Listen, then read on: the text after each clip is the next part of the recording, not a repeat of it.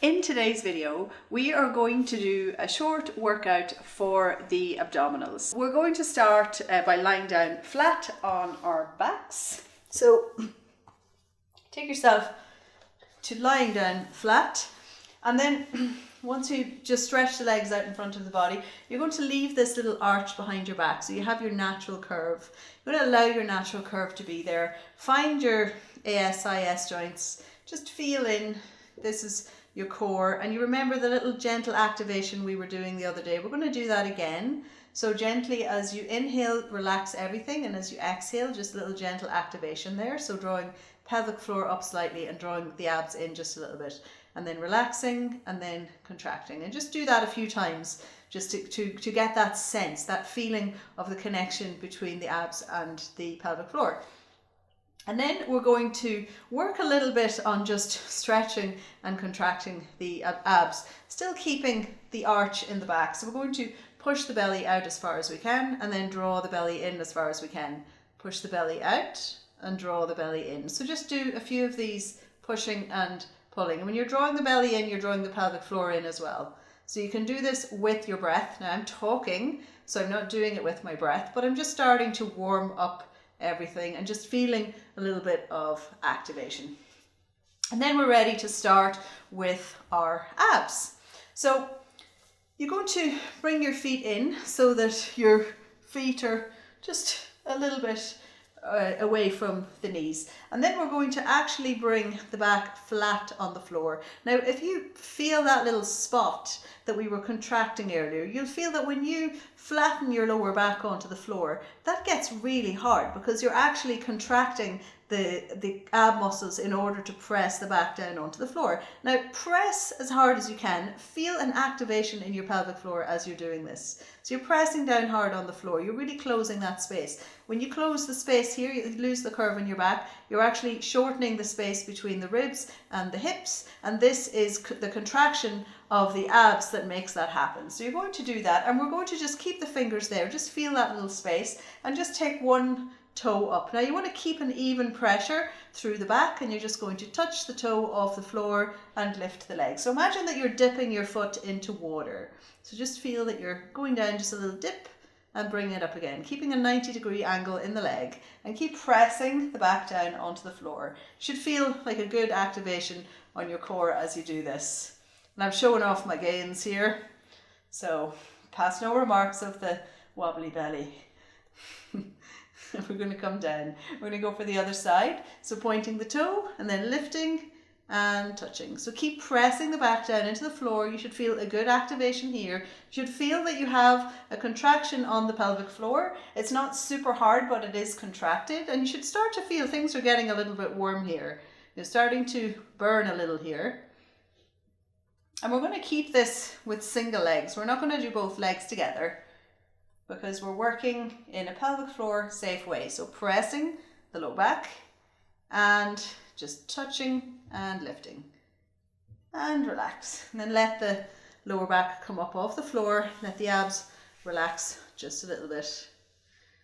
And take a little moment before we get ready to move on to the next exercise. So for the next one, we're going to use the yoga block.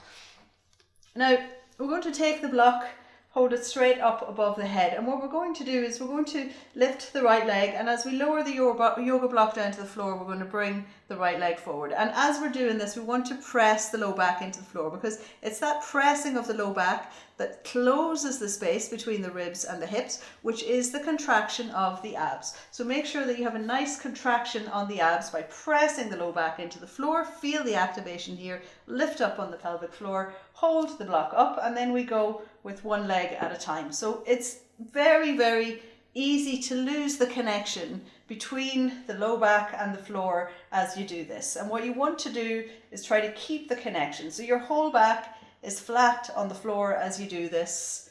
And it's very gentle. You're not working too hard. There's no weight in the yoga block, but it's hard.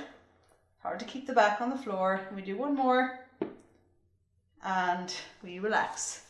Take a little breather. You can take the arms down if you want.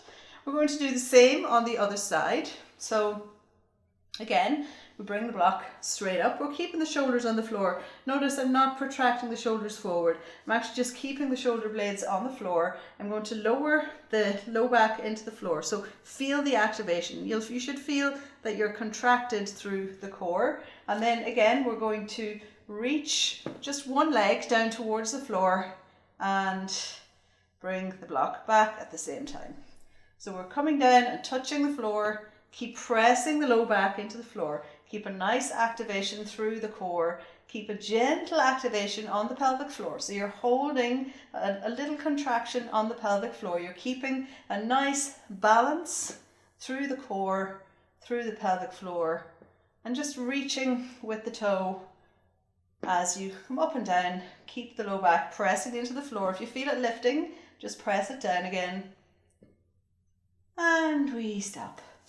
Relax the low back and place the block off to one side. So we're doing one leg at a time. We're not going to do both legs at the same time. Now you can, if you are very strong in your pelvic floor and your core, you can do exercises that take both legs at the same time.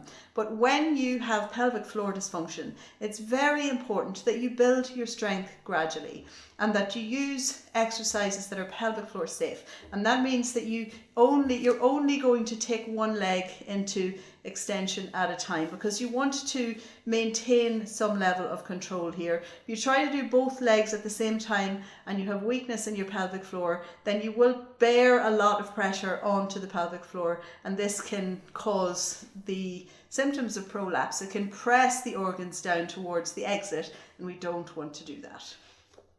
So if that felt okay, you can move on to the next step. Now, if you felt at any point in doing any of those exercises that some of your pelvic floor dysfunction symptoms were showing, so if you feel that you have pressure coming down into your pelvic floor, if you feel you're unable to hold the contraction in the pelvic floor as you work on your core, then stop. Take a step backwards, work on your pelvic floor strength, and then start to do just the gentle activation on the pelvic floor and on the core. When you get to the stage where you have a good activation on your pelvic floor and your core, you can start to do these kinds of exercises. And then as you build strength, you can start to increase what you're doing, increase the intensity of the exercises. So we're going to increase the intensity now with the ball.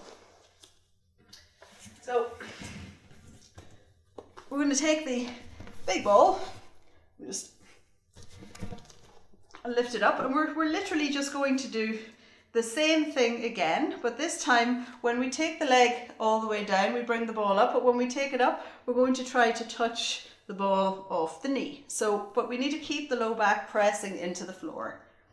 And I should have started on the other leg because I finished on the other leg, on this leg last time, but that's okay. You get the feeling. So pressing the low back into the floor, keeping a good contraction in the core muscles, nice and strong, and reaching with the toe, reaching back with the ball, keeping the shoulders and the back all nice and comfortable on the floor.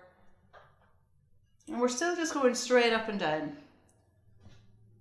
And relax. Take a little moment before flipping it over to the other side. So we go for the other side. So press the low back down into the floor and just come up and touch the knee. Now I'm doing just a very simple contraction in my pelvic floor as I bring the ball back and forward. Shouldn't feel any pain in your shoulders or in your arms, but this is it's a reasonably good workout, but it's not too bad. The ball is fairly light. There's no real effort in it. And relax. Then let the low back come back up off the floor. And we're going to take it one notch deeper now. So we're going to go to a slightly tougher exercise by using a ball that is weighted. Now, if you found the air ball to be difficult, then don't go for a weighted ball or for using any kind of a weight, because you need to build strength before you can do that. So, it's only a 3 kilogram ball that I'm going to use for this exercise. So again, just plant your feet before you start, holding the ball up above the head. We're going to press the low back down into the floor. And it's really important that when you're working and you start to build some strength, that you really work to press hard with the low back, because if you're not pressing very hard, you're not contracting very hard. So you really want to have a good contraction on your core as you do this. But again, you're only going to do this if you feel that you have the strength in your pelvic floor to be able to hold a reasonable contraction while you do these little core exercises. So this time we're going to start and just come down and we come back up again. Now we're just going straight up and down again, but we do have the option of coming up and going a little bit to one side with the ball, but we're not going to do any obliques work for now. We're just going to go straight up and down. So keep pressing the low back down into the floor, just taking the ball down, touching the floor and bringing it up again. It's a little bit harder when you have the weight. It's a little bit harder to keep the low back in the floor. And we swap to the other side. So straightening the leg, and you're really reaching with that leg when you bring it down, and you're really trying to stop your low back from coming up off the floor. And this is, again, it's a fairly gentle core exercise, but you should feel it.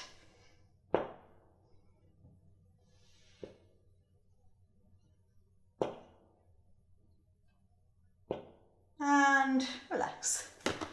So that wasn't really a very challenging core workout, but it is a little step up from where we started. And you have to just always bear in mind that strength comes gradually. It's an accumulation, and consistency is key. So the best exercises are the ones that you actually do. If you're not doing a little something every day, then you're not creating the accumulation that is needed to build true strength.